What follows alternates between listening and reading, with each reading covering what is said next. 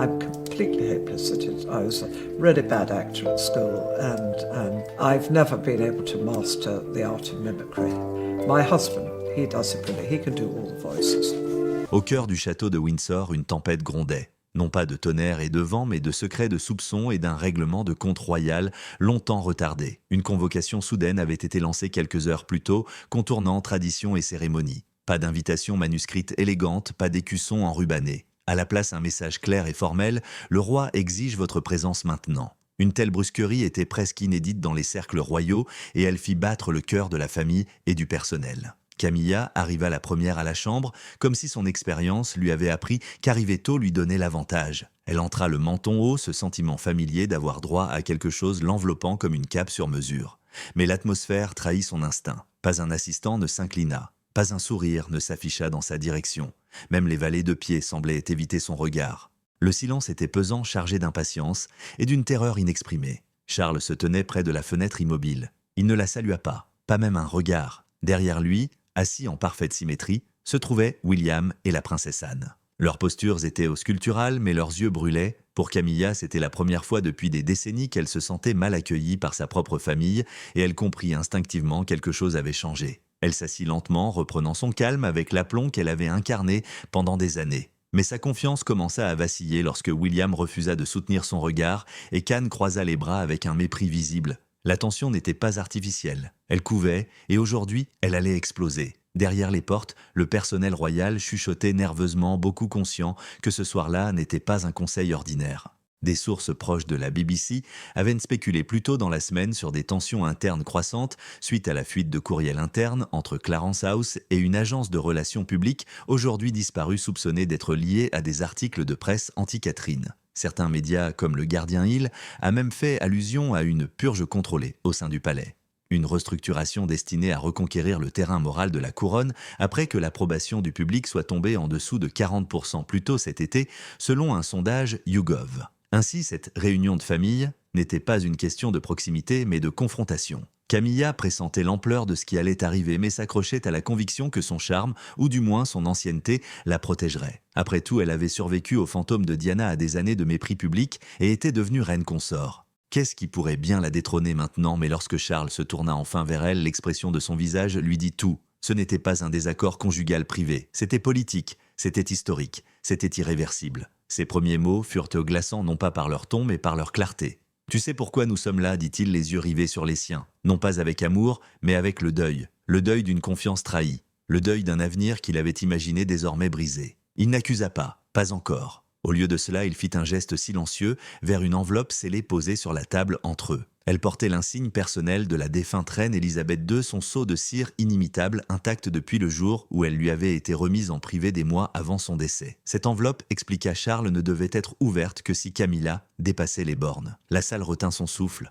Même la défiance de Camilla céda la place à une lueur de peur. Elle tendit la main vers l'enveloppe, mais Charles l'arrêta. « Je vais la lire », dit-il, avec la solennité d'un homme prononçant une sentence au tribunal. Avant qu'il puisse continuer, la voix basse et aiguë de William coupa courte à l'attention. Elle mérite de l'entendre de la bouche même de la reine. Anne acquiesça d'un hochement de tête. La lettre allait changer à jamais la dynamique de la famille royale. Et avant même que le sceau ne soit brisé, tout le monde dans la pièce le savait, la fin avait déjà commencé. Le léger craquement de la cire résonna dans la chambre comme le tonnerre. Charles déplia la lettre avec une lenteur délibérée, les doigts légèrement tremblants. Un spectacle rare pour un homme aussi habitué à la maîtrise royale. Le papier portait les plis nets du temps, mais l'encre n'avait pas pâli. L'écriture de la reine précise et élégante jaillissait de la page avec une sévérité qui dissipa immédiatement les doutes les plus profonds. Ses paroles n'étaient pas teintées de sentimentalité. Elles étaient vives, directes et réfléchies. Si un jour, écrivait-elle, l'équilibre entre devoir et ambition n'était plus équilibré, la dignité de la couronne devait l'emporter sur l'affection personnelle. Chaque phrase était empreinte d'une sorte de prémonition, l'avertissement d'une monarque qui craignait depuis longtemps que l'influence de Camilla laissée sans contrôle ne vienne un jour éclipser l'unité de l'institution qu'elle avait passé 70 ans à protéger. Pour la première fois, Camilla perdit son calme habituel. Ses lèvres se contractèrent et elle chercha auprès de Charles une forme de déni ou du moins de retenue. Rien ne vint. Ses yeux restèrent rivés sur les paroles de sa défunte mère, sa reine, et dans ce silence, le pouvoir de la lettre se décupla. Le jugement de la reine Élisabeth était sans ambiguïté. La femme que vous aimez ne doit jamais être autorisée à porter la couronne en toute honnêteté, si elle agit contre l'unité de cette famille ou la confiance du public. Si cette confiance est trahie, le titre sera révoqué. Voilà, un décret royal, écrit discrètement mais écrit tout de même. Et maintenant, Charles, en ouvrant la lettre, l'avait rendu contraignant. Le visage de Camilla se durcit. « C'est ça ta justification ?» demanda-t-elle d'une voix cassante. L'opinion d'un fantôme, mais il ne s'agissait pas seulement du passé. Le moment choisi pour cette révélation était d'une pertinence crue. Le débat public sur l'avenir de la monarchie s'était intensifié ces derniers mois. Suite à la couverture médiatique généralisée du programme estival réduit du roi Charles, les tabloïds ont spéculé sur des luttes intestines qui vidèrent le palais. De plus, le Times. La semaine dernière, le journal avait rapporté qu'une vague de mécontentement au sein du service de communication royal avait conduit à une révision de toute la stratégie médiatique, suggérant que des fuites avaient été intentionnellement organisées pour manipuler les récits. Le soupçon, ces fuites ont profité de manière disproportionnée à l'image de Camilla. Dans le contexte de ces reportages, les propos de la reine Elisabeth ont retrouvé un second souffle. Il ne s'agissait pas de vieilles craintes, mais de la réalité actuelle. La presse avait commencé à s'interroger sur l'absence soudaine de Catherine lors de plusieurs événements importants et les rumeurs gagnant désormais en crédibilité. La princesse Anne se pencha en avant, la voix ferme et ferme. « La reine a vu ce que nous avons refusé de reconnaître pendant trop longtemps, dit-elle. Vous avez remodelé la monarchie à votre image, Camilla. Mais cette institution ne vous appartient pas. » La température dans la pièce a encore baissé. Même le décor de la chambre, autrefois empreint de chaleur patrimoniale, semblait soudain froid et oppressant. Les mêmes murs qui avaient été témoins de couronnements de triomphes familiaux et de deuil se dressaient désormais témoins muets d'une exécution du pouvoir. Charles continua. « Cette lettre n'est pas une arme, Camilla, c'est la clarté. C'est la voix de quelqu'un qui a compris ce que l'amour ne devrait jamais détruire. » Sa voix était légèrement éraillée, mais il ne vacilla pas. Camilla n'en avait pas fini. « Tu laisses son fantôme nous dominer, et moi ? » « Non, dit Charles fermement. Je laisse la couronne te survivre. » L'accusation planait dans l'air brutale et définitive.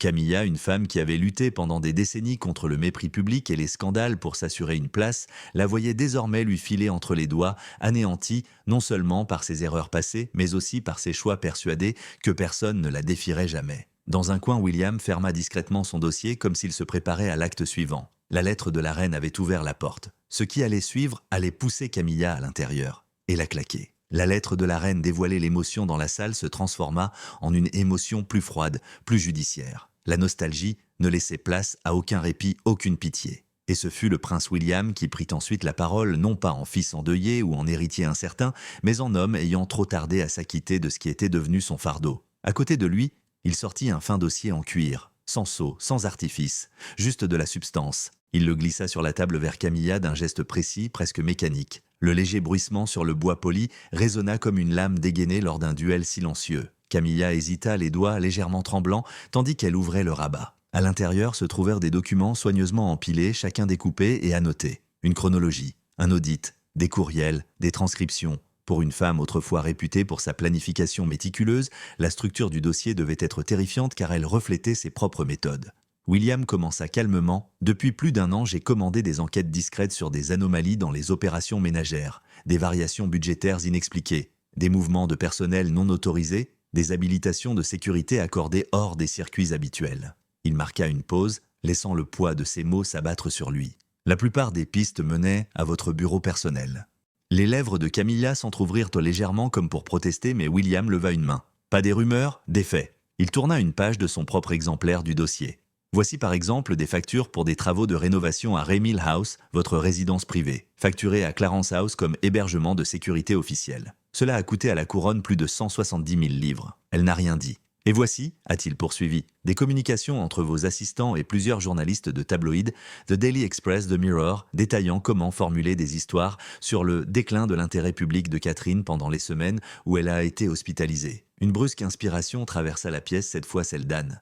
Même Charles parut bouleversé. L'insinuation était impardonnable, Camilla avait utilisé l'absence temporaire de Catherine, une affaire profondément privée, comme une occasion de se mettre en avant. L'information n'était pas entièrement nouvelle pour les médias. Début juin, la journaliste d'investigation Amelia Kerr, l'Indépendante avait laissé entendre qu'une campagne médiatique coordonnée avait été lancée pour recentrer l'attention royale sur Camilla après l'absence de la princesse de Galles lors d'engagements publics pour des raisons de santé. Ces soupçons se sont désormais confirmés. La voix de Guillaume était calme mais résolue. Vous avez cherché à fonder votre règne non pas sur l'unité, mais sur la division. Et la femme que vous avez ciblée est celle que le public considère comme le centre moral de la monarchie. Il tourna une autre page. Voici les transcriptions de réunions à huis clos avec des députés qui s'opposent ouvertement aux réformes constitutionnelles du roi, des députés que vous avez encouragés en privé à lui résister. L'aspect politique réduisit au silence même les valets de pied. Depuis l'accession au trône de Charles, ses ambitions de modernisation de la monarchie, simplification des devoirs royaux et renforcement de la transparence, se heurtèrent à des frictions. Le fait que Camilla ait secrètement œuvré à retarder ces réformes tout en les louant publiquement constituait une trahison qui frappait les fondements mêmes de la couronne. William posa fermement ses mains sur la table. « J'ai essayé de prévenir mon père. Pendant des années, j'ai essayé de croire que tu pouvais changer, que tu ne nous ferais pas régresser. » Son ton se fit plus triste. « Mais tu n'étais pas seulement un fardeau pour la famille. Tu es devenu une menace pour l'institution elle-même. » Camilla regarda de nouveau Charles cherchant une amorce de défense. Mais le roi resta immobile. Il n'était plus son bouclier. Il était désormais son juge. Sa voix, lorsqu'elle se fit entendre, n'était guère plus qu'un murmure. « Je n'ai jamais eu de mauvaises intentions. » Mais l'intention n'avait plus d'importance. L'épreuve, elle-ci. William ferma le dossier d'un dernier geste. « Que ce soit par ambition ou par insécurité, ce que vous avez fait est irréparable. Et cette famille en ne peut plus prétendre le contraire. » Autour de la table, personne ne bougeait. L'atmosphère avait de nouveau changé, non plus l'anticipation, mais le silence glacial qui précède la chute d'un pilier. Camilla s'était préparée à une nouvelle escarmouche dans la longue guerre civile du palais. Au lieu de cela, elle se retrouva face au verdict. Camilla resta figée, les mains agrippées aux accoudoirs de son fauteuil, comme si s'y accrocher pouvait empêcher le sol de céder. Mais la salle s'était retournée contre elle, pas par des éclats de voix ni par des éclats de voix, bien pire, par le silence. Par ce calme collectif qui suit la révélation, ce silence en disait long, les illusions étaient terminées. C'est alors que l'impensable commença à se produire. Un à un, ceux en qui Camilla avait eu confiance, qu'elle avait élevés, promus, protégés, prirent la parole. Ce n'étaient non pas des ennemis publics ni des observateurs distants. C'étaient ses alliés des courtisans qu'elle avait façonnés, des collaborateurs qu'elle avait favorisés. Et maintenant, chacun d'eux s'avançait non par malveillance, mais avec résignation. La première voix était celle d'un haut fonctionnaire du palais longtemps considéré comme faisant partie de son cercle intime. Son ton était posé, mais résolu. Il y a eu des moments, dit-il, où Lady Camilla donnait des instructions qui contredisaient directement les ordres permanents du roi. Des instructions que nous devions exécuter discrètement sans en informer Sa Majesté. Il marqua une pause. Nous avons obéi, par loyauté, ou peut-être par peur. L'expression de Camilla se crispa. Tu n'as rien dit alors. L'homme la regarda dans les yeux. Nous vous craignons. Maintenant nous servons la couronne. Puis vint une autre personne, une conseillère en communication de longue date, qui révéla que Camilla avait orchestré des briefings entiers derrière la ligne de communication officielle du palais, menant de fait une opération médiatique parallèle. J'avais pour instruction de divulguer des informations favorables, de discréditer les dissidents internes et de détourner subtilement l'attention du public pendant les périodes sensibles, a-t-elle avoué. Nous avons agi comme si protéger la reine consort était synonyme de protéger la monarchie. Nous avions tort. Chaque témoignage ébranlait la défiance de Camilla. Son souffle s'accélérait, ses doigts le tremblaient, son regard parcourait les interlocuteurs cherchant la loyauté là où elle n'en avait plus. Une troisième voix s'éleva plus hésitante, mais non moins accablante. Les jeunes employés étaient souvent intimidés, admit-il. Licenciés pour des infractions mineures, réprimandés pour les avoir contredits même en privé. Certains partaient en carrément, d'autres craquaient. Mais aucun n'osait le signaler car le système qui l'entourait la protégeait. Le scandale n'était plus politique. Il était devenu personnel, un abus de pouvoir non seulement sur l'institution, mais aussi sur les personnes. La princesse Anne, qui avait écouté dans un silence glacial, se pencha en avant. Sa voix était tranchante comme du verre. « Vous avez déshonoré cette famille ?» dit-elle chaque syllabe posée. « Vous avez fait de votre titre une arme. Vous l'avez utilisé pour contourner les règles, humilier vos subordonnés et empoisonner la confiance que nous avons mis des décennies à reconstruire après la mort de Diana. Vous avez pris la bienveillance que la défunte reine vous témoignait et vous l'avez mise à feu. » La référence à Diana eut un effet dévastateur. Pendant des années, Camilla s'était battue pour échapper à l'ombre de la femme qu'on lui reprochait autrefois d'avoir éclipsée. Et maintenant, cette ombre était de retour invoquée non pas par le public, mais par la couronne elle-même. Les résultats d'un récent sondage publié seulement 2 semaines auparavant étaient encore plus accablants. Le Télégraphe et YouGoville a été révélé que le soutien du public à Camilla avait chuté à moins de 20%, notamment suite à de nouvelles rumeurs de division interne au palais de Kensington. Les spéculations concernant son éloignement du prince et de la princesse de Galles s'étaient multipliées, et ses soupçons étaient désormais confirmés. Camilla essaya de nouveau de parler, sa voix tremblait. « Je n'ai jamais prétendu être parfaite. » Mais la réponse de la princesse Anne fut impitoyable. « Vous avez revendiqué le pouvoir, et vous en avez abusé. » La salle devenue un tribunal en tout, sauf le nom, était lourde de sens. Camilla n'était plus reine consort en esprit. Elle était une femme acculée, exposée et finalement détrônée en tout, sauf en formalité. Elle scruta néanmoins la salle cherchant peut-être un dernier allié, mais il n'y en avait aucun, ni parmi le personnel, ni parmi la famille. Et certainement pas parmi le roi. La trahison finale ne se manifesta pas par des documents ou des témoignages, mais par son absence. Personne ne prit sa défense. Personne ne l'interrompit. Le silence qu'il avait autrefois accueilli la regardait maintenant se dissiper. Camilla était entrée dans la chambre en pensant affronter une nouvelle tempête familiale. Elle se retrouva confrontée à un véritable jugement chorégraphié avec une précision chirurgicale et exécuté avec une efficacité royale. Et juste au moment où elle sentait les murs se refermer sur elle, Charles se réveilla enfin. Non pas pour la sauver, mais pour la tuer. Charles se leva lentement la chaise sous lui raclant doucement le sol comme pour rappeler la finalité de ce qui allait être dit. Le visage du roi était empreint de retenue, vieilli par la déception marquée par la fatigue, mais porté par une détermination forgée dans une souffrance silencieuse. Un silence absolu s'abattit sur la salle, non par respect, mais par anticipation. Ce n'était plus une confrontation. C'était un moment aux conséquences irréversibles. Camilla n'osait pas détourner le regard, même si ses yeux étaient de vitreux, écarquillés, partagés entre la fureur et l'incrédulité. Elle savait ce qui allait arriver. Tout le monde dans la pièce le savait. La seule incertitude subsistait à quel point ces mots allaient te blesser. La voix de Charles, lorsqu'elle se fit enfin entendre, était basse, ni furieuse ni théâtrale, mais chargée de décennies de chagrin refoulé. « Pendant des années, je t'ai défendu », commença-t-il. « J'ai tout abandonné, l'approbation du public, ma réputation, ma paix, pour toi. » Il marqua une pause, inspirant lentement. « Et je l'ai fait convaincu que vous honoreriez non seulement moi, mais la couronne elle-même, que nous rétablirions la confiance brisée, que vous, comme moi, assumeriez le fardeau du devoir. » Camilla cligna des yeux une fois lentement, « Mais au lieu de cela, poursuivit-il, vous avez fait de cette famille une scène et de vous-même sa vedette. Vous avez politisé votre titre. Vous avez divisé ceux qui étaient censés s'unir. Vous avez placé l'ambition au-dessus de l'honneur. Il n'était pas nécessaire d'élever la voix. » Le silence de la pièce amplifiait chaque mot. Il se tourna légèrement et s'adressa à la salle.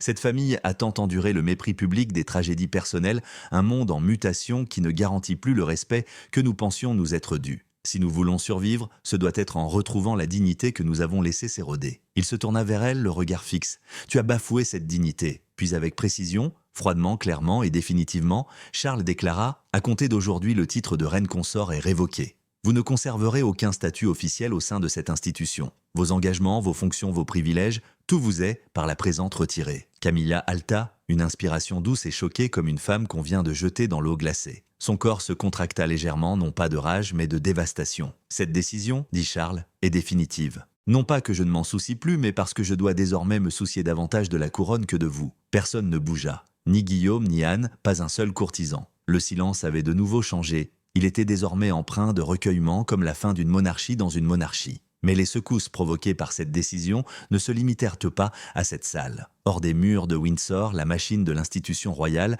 avait déjà commencé à tourner. Les courtisans informèrent leurs attachés de presse, les journalistes clés de Le Télégraphe, Le Gardien et Sky News On nous a prévenu qu'une annonce majeure était imminente. En quelques heures, les principaux médias britanniques et internationaux étaient submergés de gros titres. Camilla déchue de son titre, le roi Charles agit dans un contexte de crise croissante, la famille royale bouleversée par la présentation par William d'un dossier contre la reine consort. L'ultimatum de la princesse Anne, vous avez déshonoré la couronne. Et pourtant, à l'intérieur de la chambre, le moment le plus symbolique n'avait pas encore eu lieu. Charles s'écarta et fit signe à William. Avec une solennité maîtrisée, le prince s'approcha d'une table basse et ouvrit un petit coffret en velours dont le contenu n'était visible que par les personnes les plus proches. Il en sortit un objet que le public n'avait pas vu depuis plus de 20 ans, la broche en saphir et diamant portée par Diana lors de ses fiançailles. Le message était sans équivoque. Charles fit un signe de tête à Catherine qui se leva et accepta la broche à 2 mains. Ses yeux brillaient d'émotion mais pas de fierté. C'était une marque de confiance, un sceau d'intention.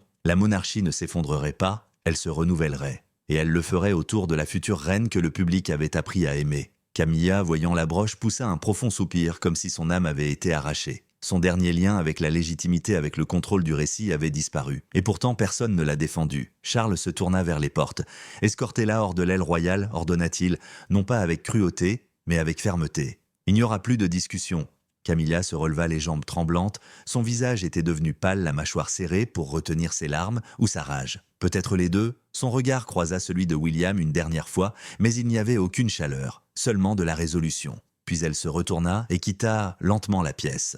Personne ne la suivit. Les lourdes portes se refermèrent derrière Camilla dans un bruit sourd, mais à l'intérieur de la chambre, personne n'exhala. Le silence qui persistait n'était pas un soulagement, mais un calcul. La famille royale venait de franchir la rupture la plus décisive de l'histoire de la monarchie moderne. Le véritable défi était désormais de maîtriser le récit avant que Camilla ne puisse instrumentaliser sa chute. En quelques minutes, le personnel s'est déplacé avec une précision mécanique. Ses armoiries ont été retirées du papier à en-tête officielle. Les domestiques du palais ont discrètement commencé à vider sa suite privée, ses livres, sa garde-robe, ses souvenirs personnels, emballés et scellés avec une hâte sans cérémonie. Ce qui prenait autrefois des années à construire était démantelé en quelques heures. On aurait dit que le palais tout entier avait anticipé ce moment, le répétant à voix basse. Au-delà des murs de Windsor, le monde a réagi avec une fureur et une fascination électrifiée. BBC News a lancé un titre révolutionnaire dans l'heure. Camilla a été démise de ses fonctions royales, le palais le confirme. Le Guardian a publié un éditorial approfondi intitulé « La chute du consort, ce que cela signifie pour la monarchie ». Les réseaux sociaux se sont enflammés avec des hashtags comme « The Queen No More », « The Windsor Revolt » et même « Justice for Diana » qui sont devenus des tendances mondiales en 2 heures. Mais la famille royale était préparée. Un conseiller de haut rang rompu aux techniques de confinement médiatique a coordonné un point de presse soigneusement élaboré à l'intention de journalistes sélectionnés. Le Times et le Daily Mail présentant cette décision non pas comme une punition, mais comme un retour à la stabilité. Le message était clair, il s'agissait d'une correction, pas d'un scandale. À l'intérieur du palais, Charles convoqua son équipe et pour la première fois depuis le début de l'épreuve s'affala sur une chaise. Il n'était pas un homme triomphant, mais un homme accablé par les conséquences. Anne était assise à côté de lui en silence, un verre d'eau à la main. Guillaume se tenait à proximité, déjà plongé dans ses discussions avec Catherine sur les jours à venir. « Nous ne devons pas laisser cette situation nous fracturer davantage », dit Charles d'une voix calme. « Le monde nous regarde », William hocha la tête. « Alors on commence maintenant ». Dans les heures qui suivirent, un nouvel ordre interne commença à prendre forme. Les titres furent réalignés, les fonctions royales furent y réaffectées. Les patronages de Camilla furent répartis entre d'autres membres actifs de la famille royale dont beaucoup furent transmis à Catherine, dont la faveur publique avait explosé grâce à son silence digne durant cette épreuve. C'est Anne, toujours réaliste, qui a posé la question que tout le monde redoutait. Que se passe-t-il lorsqu'elle riposte ? Personne n'a répondu immédiatement. Mais tout le monde savait que ça allait arriver. Juste avant l'aube, des rumeurs circulaient selon lesquelles Camilla s'était retirée dans sa propriété privée du Wiltshire, rarement vue du public mais parfaitement équipée pour garantir sa discrétion. Là, selon Le Télégraphe, selon Victoria Martin, une proche de la famille royale, elle aurait déjà entamé des consultations avec 2 représentants des médias dont l'un avait déjà publié des biographies hostiles à la famille royale. Les rumeurs se firent bientôt plus fortes, des mémoires révélateurs, des interviews avec des médias américains, des enregistrements inédits. Camilla craignait beaucoup ne disparaîtrait pas sans bruit. Si elle ne parvenait pas à conserver la couronne, elle risquait de brûler le palais. Et la monarchie le savait. Les conseillers de Charles ont réclamé une révision juridique de ces accords de confidentialité. D'autres ont proposé de divulguer préventivement certains documents afin de neutraliser les secrets que Camilla pourrait menacer de révéler.